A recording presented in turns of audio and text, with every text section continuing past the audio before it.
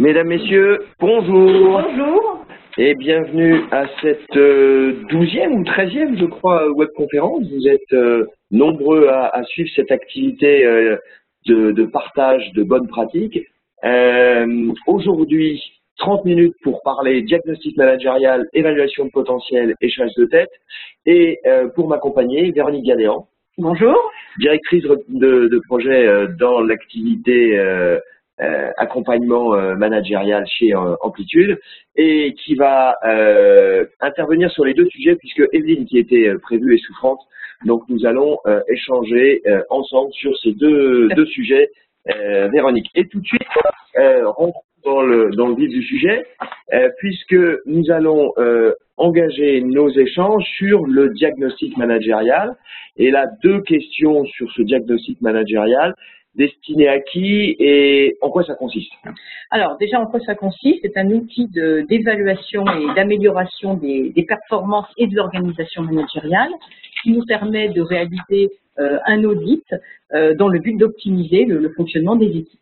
Alors, il s'adresse aussi bien aux membres d'un CODIR, d'entreprise, que d'un département, d'une direction, d'une filiale. Nous pouvons intervenir aussi bien avec une dizaine de personnes qu'avec une équipe beaucoup plus étoffée, par exemple, si on prend en compte une première ligne, voire une deuxième ligne managériale. Merci Véronique. Je vous rappelle, Marie vous en parlait tout à l'heure, que vous avez la possibilité de poser et d'intervenir, poser des questions et intervenir via le chat que je vais surveiller tout au long de nos échanges. Alors, le diagnostic managérial, très concrètement, dans quel cadre on peut l'utiliser? Vous voyez là un certain nombre de thématiques pour lesquelles nous intervenons. Et on va échanger avec vous sur certaines de ces thématiques. La première peut-être dans le cadre d'une fusion-acquisition, oui, avec un exemple de la téléphonie. Tout à fait. Alors on peut donner un exemple dans lequel nous sommes, de fusion dans lequel nous sommes intervenus il y a quelques années au niveau d'opérateurs télécoms. C'était suite à la fusion avec entre 9 CGTEL et SFR, donc pour l'activité entreprise. C'est-à-dire que nous sommes intervenus au niveau du comité de direction, donc de la nouvelle entité SFR Business Team, mais aussi de la première et de la deuxième ligne managériale, pour voir si une nouvelle culture était déjà en train d'émerger, puisque c'était quelques mois après la fusion, s'il y avait encore des résistances au changement, des freins, et s'il subsistait peut-être encore des traces des deux cultures. Voilà un exemple d'intervention. Autre exemple sur la résolution de conflits, on est dans une grande banque française, dans une DSI, avec la pression que vous connaissez sur les DSI et un comité de direction qui fonctionne en baronnie, un comité de direction qui communique pas. On est vraiment dans des silos et ça fonctionne pas. Donc on les a accompagnés à fluidifier l'information, la communication et à travailler sur la transversalité au sein de cette DSI. Et puis pour un avionneur, un des 3 premiers avionneurs mondiaux, là on a travaillé sur la résolution de conflits au sein d'une DRH où effectivement les équipes là aussi ne fonctionnaient pas avec fluidité. Vous avez aussi lorsqu'une entreprise souhaite mettre en place une nouvelle identité managériale, on est cette fois-ci dans une ETI spécialisée dans la téléphonie. Et l'entreprise, après une période de palier, entreprend de nouvelles conquêtes et souhaite pour ce faire travailler sur la mise en place d'une nouvelle identité managériale. Donc nous les avons accompagnés dans ce cadre. Très concrètement, qu'est-ce que signifie être un bon manager dans cette entreprise?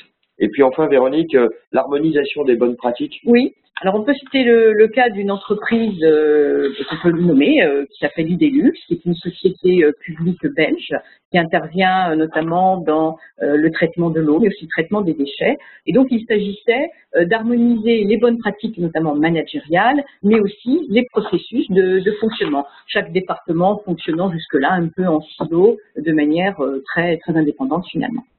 Donc, cette pratique qu'on va vous présenter et sur laquelle on va rentrer dans le détail, vous le voyez, permet un certain nombre de résolutions de problèmes. Et on va très concrètement voir maintenant comment est-ce que cela fonctionne.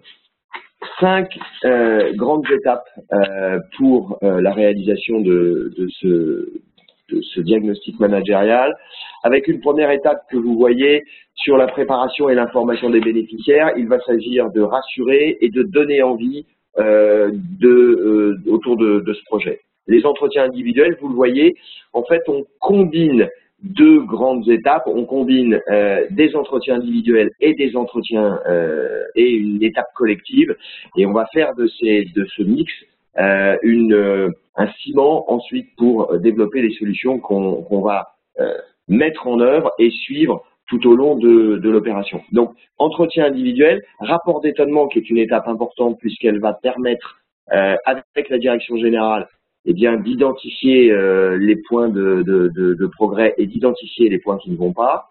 Séminaire de construction, c'est ce que j'évoquais tout à l'heure. On va travailler là cette fois-ci sur du collectif et à partir du rapport d'étonnement et à partir des entretiens individuels, on va là cette fois-ci mettre en œuvre collectivement des solutions et puis bien évidemment le suivi et la mise en œuvre du dispositif. Voilà pour les 5 grandes étapes. Alors, Véronique, rentrons dans le détail de cette étape préparation. Comment est-ce que ça fonctionne? Alors, au-delà, bien sûr, du rendez-vous que nous allons mener avec soit le directeur de département de l'entreprise et puis la DRH, pour analyser en immersion un peu le contexte historique, la culture de l'entreprise. Le but, ça va être de construire avec notre client les objectifs clés de cette opération et de déterminer les indicateurs de performance. Alors, je vais vous donner 2 exemples peut-être. Un cas où dans un département d'un de nos clients, il y avait un turnover très élevé, donc signe de soit un problème de climat social, peut-être un problème relationnel avec le directeur du département, un problème de non-communication, non-fonctionnement de manière collaborative entre les équipes. Donc il s'agissait de travailler pour arriver, et ça allait être l'objectif, le signe que nous avions réussi avec les équipes, de faire baisser progressivement cet indicateur. Autre cas, le travail collaboratif qui ne fonctionne pas, qui même n'existe pas dans une entreprise, dans un service, c'est-à-dire pas de communication, les gens ne se connaissent pas, les gens sont complètement en silo, voire un peu en clan. Encore un exemple de ce que nous allons essayer de travailler et qui va permettre pour vous, clients, d'arriver à percevoir les résultats de notre opération. Et dans cette étape préparation, il y a quelque chose qui est très important, c'est l'information aux bénéficiaires et à l'ensemble des gens qui vont travailler sur le projet. Voilà.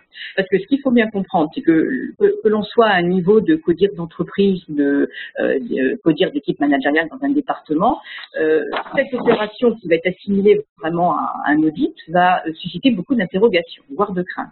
C'est-à-dire que vous allez avoir des managers qui vont se demander si il y a une restructuration peut-être qui est prévue au-delà de cette démarche, si peut-être leur poste ou leur implication va être remise en question. Donc beaucoup de méfiance et de freins, qu'il va être important de travailler avec eux dans une série de questions-réponses et de présentations de l'opération, alors soit en individuel ou en collectif, et qui va nous permettre aussi déjà de créer le lien, alors quand je dis nous, le ou les consultants qui vont intervenir chez Amplitude, de créer le lien avec les bénéficiaires que nous rencontrerons en individuel, pour que justement la parole soit vraiment libérée et que l'on ait des éléments concrets sur lesquels on va pouvoir s'appuyer pour la suite de l'opération. Merci Véronique. Deuxième étape, c'est les gens sont informés, la communication a été faite, on a préparé le dispositif. On va maintenant avoir une série d'entretiens individuels avec l'ensemble des personnes concernées par le dispositif. Donc, est-ce que c'est un CODIR? Est-ce que c'est une première ligne managériale? Est-ce que ce sont les directeurs régionaux? Peu importe, mais là, on va rencontrer les personnes cibles au cours d'entretiens qui vont durer une demi-journée, on va en parler dans quelques secondes, des entretiens qui vont être orientés bien évidemment différemment en fonction des objectifs, c'est-à-dire que si on travaille sur une construction d'identité managériale, le consultant va orienter la discussion autour de la vision qu'a le manager des styles managériaux de l'entreprise. Si on va travailler sur une résolution de conflits, on va interroger la personne sur sa vision des conflits au sein de l'entreprise et quelles solutions on va y apporter. Ça, c'est le premier axe. Mais le deuxième axe, c'est aussi de donner au manager un certain nombre déjà de retours et de clés de lecture sur la façon dont il fonctionne. Et ce qu'il faut que vous reteniez, c'est que dans ces entretiens individuels qui durent généralement une demi-journée, le dirigeant, le manager, le bénéficiaire va sortir plus riche qu'en étant rentré. Alors, comment est-ce qu'on peut, Véronique, à la fois prendre de l'information et à la fois faire que le manager soit plus riche qu'en étant rentrant? Alors, le but déjà, c'est d'échanger donc dans ces entretiens qui sont en général décontextualisés de l'environnement de travail quotidien du manager, d'échanger sur le parcours professionnel, les compétences développées, les motivations qu'il a eues dans son parcours, c'est le mettre en perspective, notamment pour la suite de son parcours professionnel, lui générer en fait une prise de conscience, et j'allais dire donner des clés de lecture sur ses forces, mais aussi ses axes d'amélioration. D'où le fait que notre démarche ici s'assimile un peu à la fois à un coaching, mais aussi à un bilan de carrière. On est au croisement entre le conseil et la formation. Et au-delà de cette démarche donc, individuelle qui permet effectivement à chaque manager de ressortir effectivement plus riche qu'à l'arrivée, le but c'est de faire émerger de manière collective, cette fois-ci, les problématiques, des constats, alors qui peuvent porter sur la qualité de vie au travail, qui peuvent porter sur la communication, sur les bonnes pratiques managériales, la charte managériale par exemple, et alors toujours en ayant bien sûr le principe que la parole qui est libérée va rester tout à fait confidentielle, ce qui veut dire que dans la suite de nos démarches, il ne s'agira pas de dire qu'un tel a pu dire telle chose sur, par exemple, la communication ou le dirigeant, de faire émerger des problématiques qui vont nous permettre ensuite de revenir vers le directeur ou vers le décisionnaire dans cette démarche. D'où ce mélange entre l'individuel et le collectif. Et comme vous le voyez, nous avons indiqué que nous travaillons avec des outils de référence, c'est-à-dire des tests de personnalité, des profils comportementaux. Nous avons toute une batterie de tests dans laquelle nous allons puiser selon le cas. Ça peut être aussi des tests d'aptitude, par exemple, de flexibilité dans le raisonnement. Et toute cette démarche, bien sûr, est co-construite, hein, nous vous le rappelons, avec vous, avec notre client, bien évidemment. Et en fonction des objectifs qui sont les vôtres.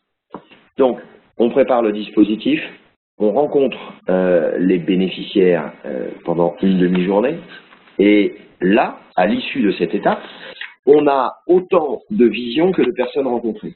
On a autant de verbatim que de personnes rencontrées. On a autant de questions, d'idées, de suggestions que de personnes rencontrées. Et on a là la possibilité d'avoir une cartographie de la direction générale, une cartographie du CODIR, une cartographie de la première ligne managériale. On a la possibilité d'avoir les forces et les faiblesses de cette ligne managériale.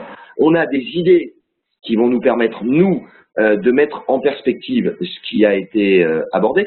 Avec une précision, Véronique, c'est le recul que nous avons aussi par rapport à ce qui nous est dit, par rapport aux critiques ou par rapport aux idées. Parce qu'on sait très bien que parfois, les personnes rencontrées peuvent nous utiliser pour faire passer certains messages. Donc, il y a une prise de recul. Voilà, je dirais qu'il y a un filtre, évidemment, que nous allons opérer. C'est-à-dire que par rapport au recueil de tous ces constats et cette parole libérée, nous allons d'abord, selon le nombre de personnes qui vont faire mention d'une difficulté dans la communication, dans la relation avec tel membre de la direction, ça va être en fonction du nombre de personnes qui, bien sûr, vont nous faire ressortir, et nous allons utiliser un filtre parce qu'effectivement, nous sommes bien conscients qu'il peut y avoir des réactions un peu exacerbées et qu'on peut nous utiliser, nous, les consultants, de manière un petit peu détournée. Donc, on est vigilant bien sûr, à cet axe et ne pas faire d'erreur dans le rapport d'étonnement ensuite. Et c'est pour ça que dans les dispositifs n'interviennent que des consultants seniors, parce qu'il y a besoin de cette prise de recul. Alors, la troisième étape, qui est extrêmement importante, c'est le rapport d'étonnement. Rapport d'étonnement qui va être fait aux dirigeants, à la personne qui nous a mandaté pour atteindre les objectifs, encore une fois, identité managériale, résolution de problèmes, gestion de conflits, et ce rapport d'étonnement va permettre de construire les étapes suivantes, notamment le séminaire collectif. Voilà. Alors, déjà, il y a effectivement la phase de la synthèse collective, c'est-à-dire que nous allons recueillir l'ensemble des constats avec les forces et puis les actes de vigilance, bien sûr, du département de service de l'entreprise. Le but étant de ne pas s'arrêter, je pense que vous l'avez compris chez Amplitude, au constat, mais d'aller jusqu'à la phase de préconisation. Et là, nous faisons émerger avec les différents bénéficiaires les solutions potentielles. Donc, construire avec vous la phase de mise en œuvre de ces recommandations. Un point à noter, c'est qu'il peut y avoir bien évidemment une remise en question, alors plus ou moins violente, disons, du mandataire, du dirigeant, et que le but est bien sûr d'arriver à une démarche beaucoup plus positive dans le fonctionnement des équipes. Alors, vous voyez que lorsque nous indiquons des mots sur des mots, c'est-à-dire que nous avons besoin ici d'être en transparence avec vous, bien sûr avec tact, mais sans langue de bois, pour vous faire part des différentes problématiques qui sont remontées par vos managers. L'autre phase, bien sûr, de ce rapport d'étonnement, c'est tout de même la synthèse individuelle, puisqu'on l'a dit, c'est un outil d'évaluation. C'est-à-dire que nous allons passer du temps avec vous sur chacun de vos managers pour recenser, on va dire, les forces et les axes d'amélioration. Le but étant, et bien évidemment, d'orienter, par exemple, sur des formations au développement personnel, au management, ou encore sur du coaching.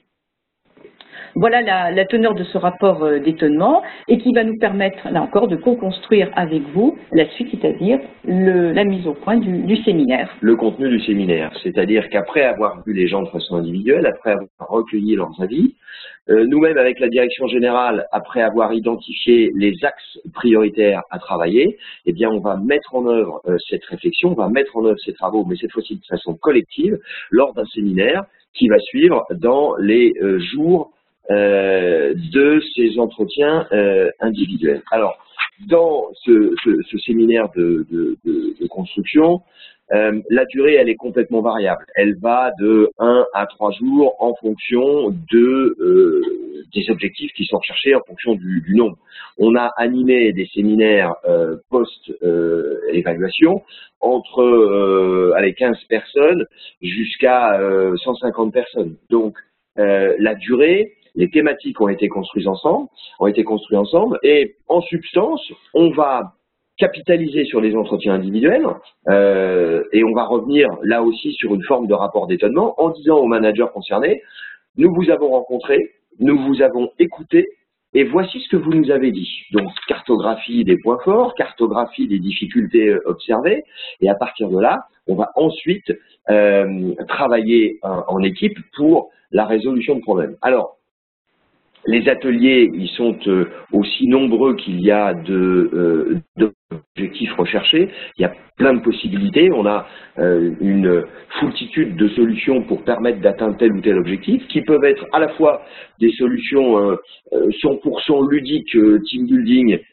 pour générer de la confiance, pour donner de l'envie, ou bien encore des ateliers plus traditionnels comme le SWOT, ou plus créatifs comme la prospective régressive. Par exemple, il s'agit d'une entreprise numéro 1 français dans le domaine de l'aménagement de placards intérieurs, LBO monté par le président et l'équipe dirigeante, gros projet et grosse ambition.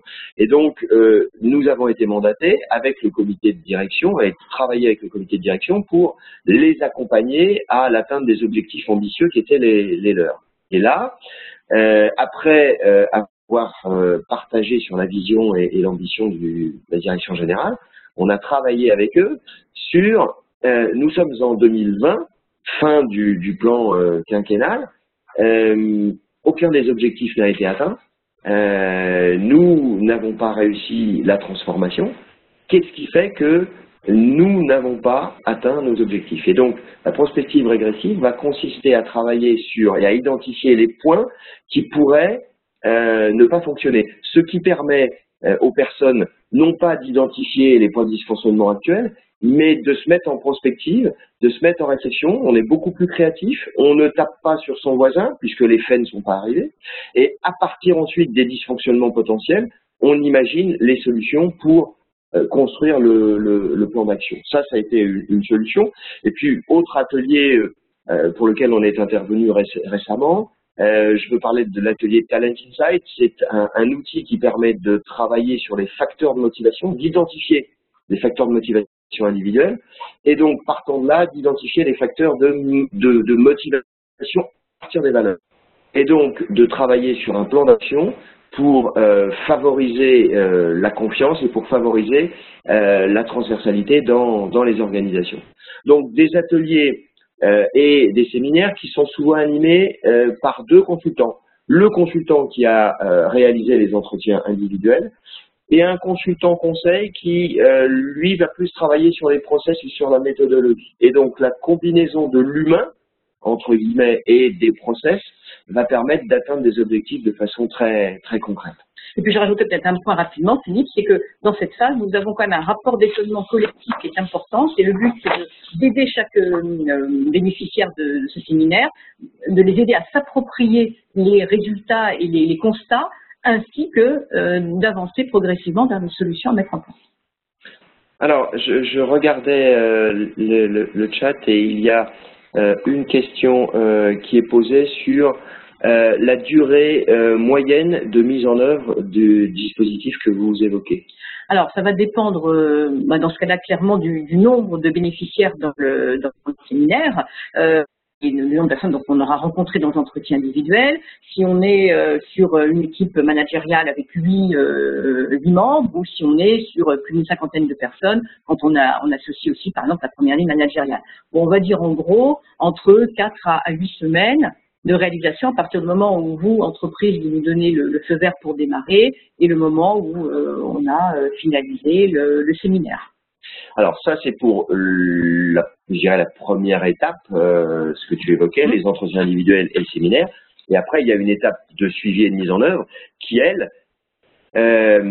va consister à mettre en œuvre de façon très concrète des ateliers de travail.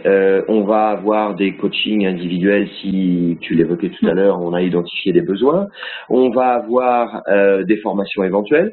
Il y a des pratiques qui aujourd'hui permettent d'atteindre des objectifs et qui sont très prisées par les clients et les participants sur les ateliers de co-développement, toujours en lien avec les ateliers de travail qu'on aura identifiés.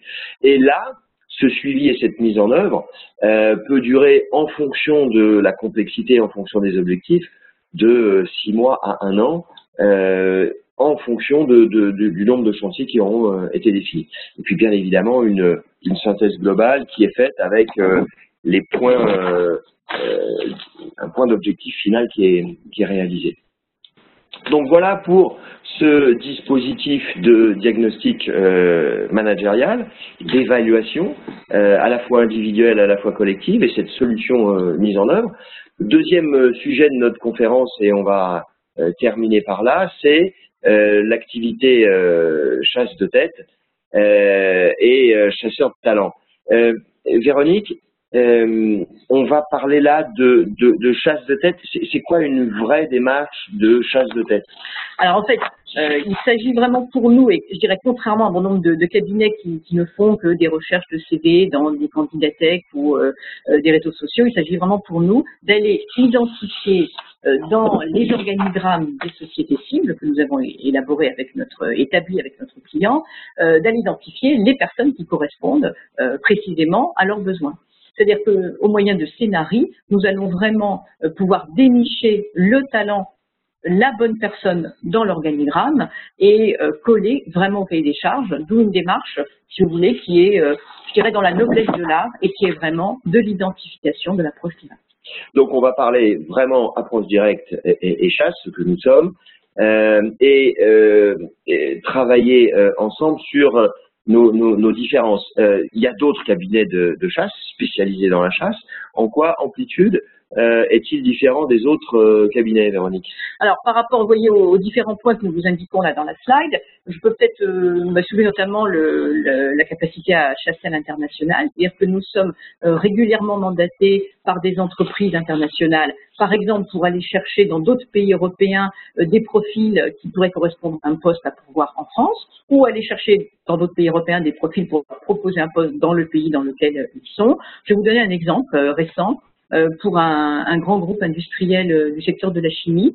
Nous avions besoin pour notre client d'un spécialiste R&D en isolation thermique par l'extérieur et il fallait aller chercher. Très pointu. Très pointu, donc pas uniquement en France, mais par exemple en Europe de l'Est, où c'est un profil qui est davantage développé, ou encore en Allemagne. Donc utilisation notamment de l'anglais ou de l'allemand, par exemple. Wunderbar.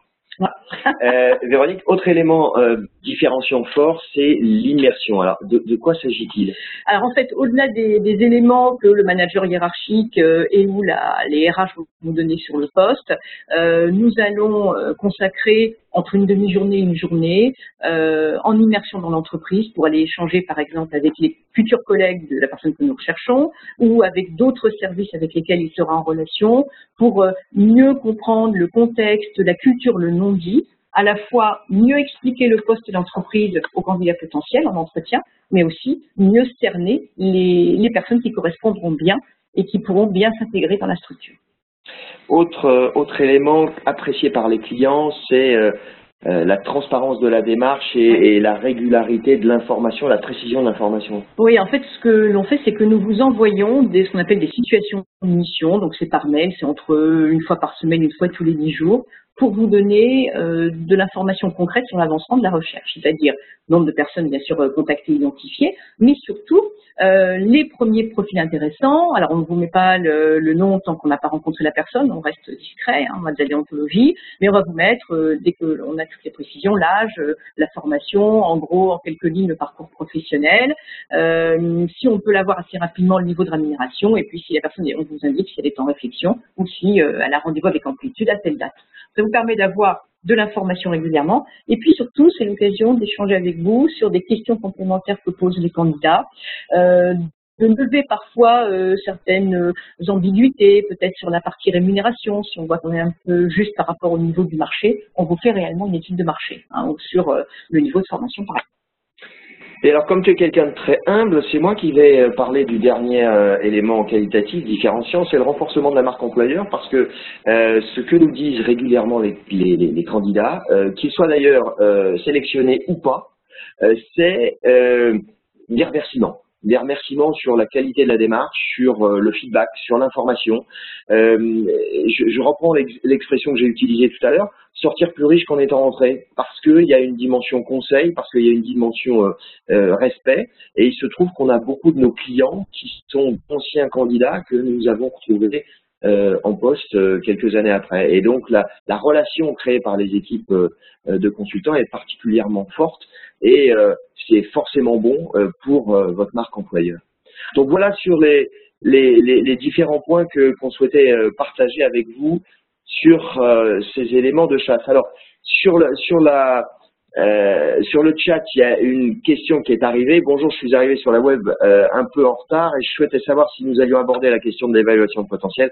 On l'a vu, mais en revanche, ce que je peux vous dire, c'est que d'ici 1 heure, je pense, cette webconférence sera en lien sur notre site internet, donc vous pourrez la revisionner sur notre site internet.